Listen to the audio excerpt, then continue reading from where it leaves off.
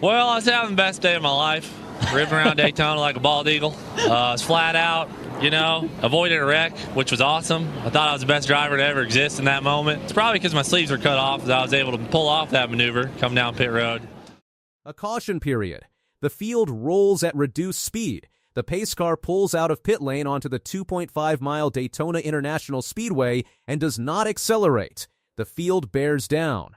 The car 2 positions ahead of Garrett Mitchell locks all 4 tires, trying to avoid a collision. Mitchell uses the apron.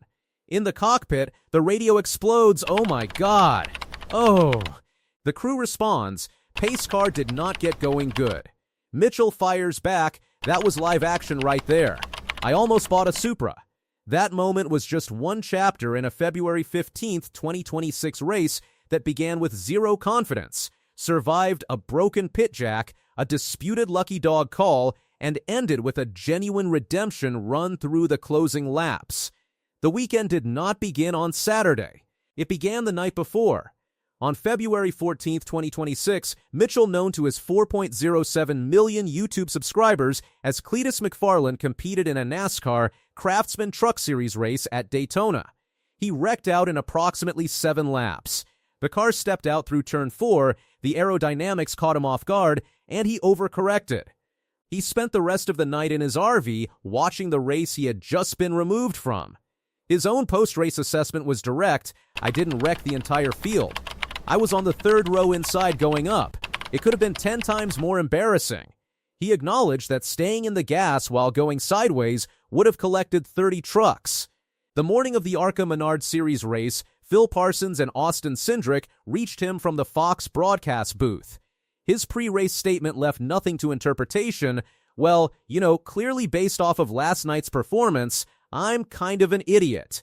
And so what I'm going to do today is try and keep that at bay as much as I can. Be smart.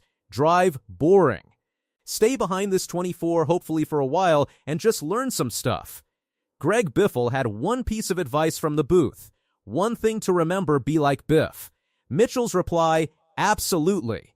And if I do anything stupid, Biff didn't teach me that. Mitchell had been building toward this race since January 9-10, 2025, when he attended the ARCA Menards Series open test at Daytona. Out of 70 cars, he recorded the 15th quickest lap at 49.640 seconds. Other notable participants at that test included Catherine Legge, 13th at 49.619 seconds, and 4-time Indianapolis 500 winner Leo Castroneves, 27th at 50.149. Mitchell received his superspeedway license and was confirmed as the driver of Rette Jones Racing's No. 30 Kinetic Ford Mustang. Greg Biffle, a former NASCAR Cup Series winner at Daytona in 2013, served as his advisor throughout the weekend. The race, the Chili's Ride the Dente 200, ran 80 laps over 200 miles and was broadcast live on Fox for the first time in its history. Mitchell qualified 5th on the grid. The team's strategy going into the race was stated clearly before the green flag. The crew chief's instructions: dumb stuff is on you.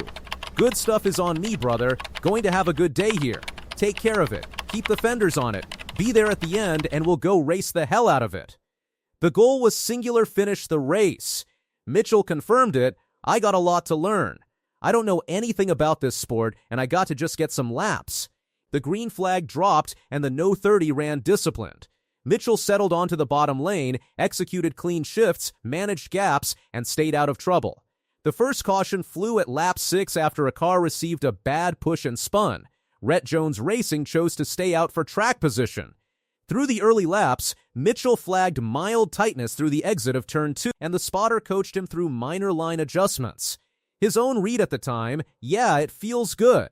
I feel like I have a little bit too much wheel in it getting it down to the line, but I don't know. I think I'm just being overcautious from the truck situation. The crew kept the communication measured and focused. Then came the pace car incident.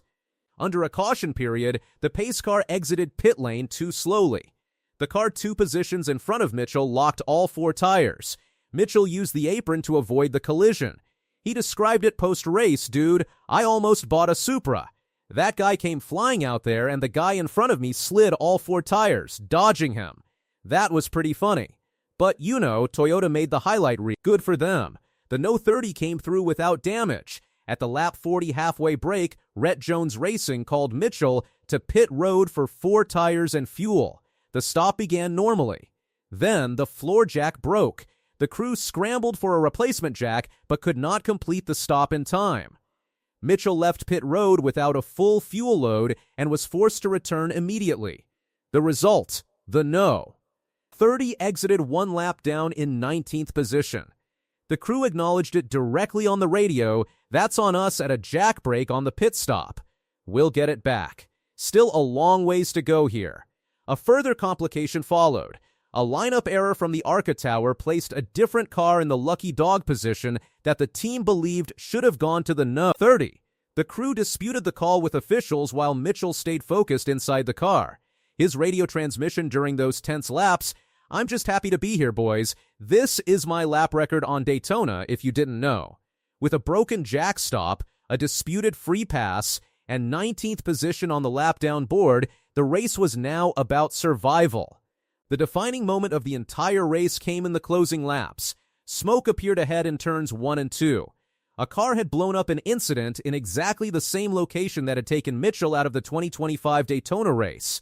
In 2025, his instinct had been to go high. He zigged. He crashed. In 2026, he saw the smoke, saw the disabled car going down the track, and made the opposite call. He zagged. He went low. The car cleared. His radio call immediately after, I literally used what I learned last year in Daytona. I almost went high 'cause he was going low. Then I was like, hold on. Last year I zigged instead of zagged, and this time I zagged right by it. Holy, that was sick. Phil Parsons confirmed it from the Fox booth. You zigged at the right time to miss that. Great job missing that accident. Mitchell replied, "It literally last year car spun right in front of me like that, but I went high. I zigged. This year I zagged, went low, literally flew right by it. It felt like the most incredible maneuver I've ever made." The Dodge put the no. 30 back on the lead lap through the lucky dog. Mitchell's response when told, "You're telling me we're back on the lead lap? It's all I need to hear, brother." From 19th place with approximately 8 laps remaining, Mitchell pushed. The no 30 moved through the field. Austin Cindric called down from the booth mid-race for a confidence check. Mitchell's reply, "I felt like a complete idiot last night. Just such a disappointing performance. So, I was very nervous going into today. I'll be honest, like the car steps out just like the truck did last night, but I'm not so, terrified, white-knuckled on the wheel in this thing. I just feel a little bit more comfortable in it, and I've been able to just recover from the step-outs." The no 30 moved from 19th to 11th in approximately 3 laps. The checkered flag fell. Rette Jones Racing called it out, "We don't have a dent on this car and we finished. Let's go, everybody." Great job. Mitchell finished 11th, his best ever result at Daytona. Outside the car, his post-race account was measured, "Dudes, best day ever at Daytona. Went from the lowest low last night. Today I got to really enjoy myself. Learned the track for more than 15 laps. My previous track record was like 17 laps. Got to go the full 80. He described the final charge. We went from 19th to 11th in like 3 laps, and it was the sickest thing I've ever been a part of. On the car condition, back up. Take a step back. Is there a scratch on this thing? Brand new." Biffle's post-race assessment, "I think Biff would say you did everything right today. You learned a lot." And that was the goal. Mitchell closed on his longer progression, "I will absolutely get there. I will hold a trophy here at Daytona and other places in the NASCAR Tour, but it might just not be right now. I got so much to learn." When asked how sleep would compare to the night before, the answer was simple. "I think I'm going to sleep a lot better tonight.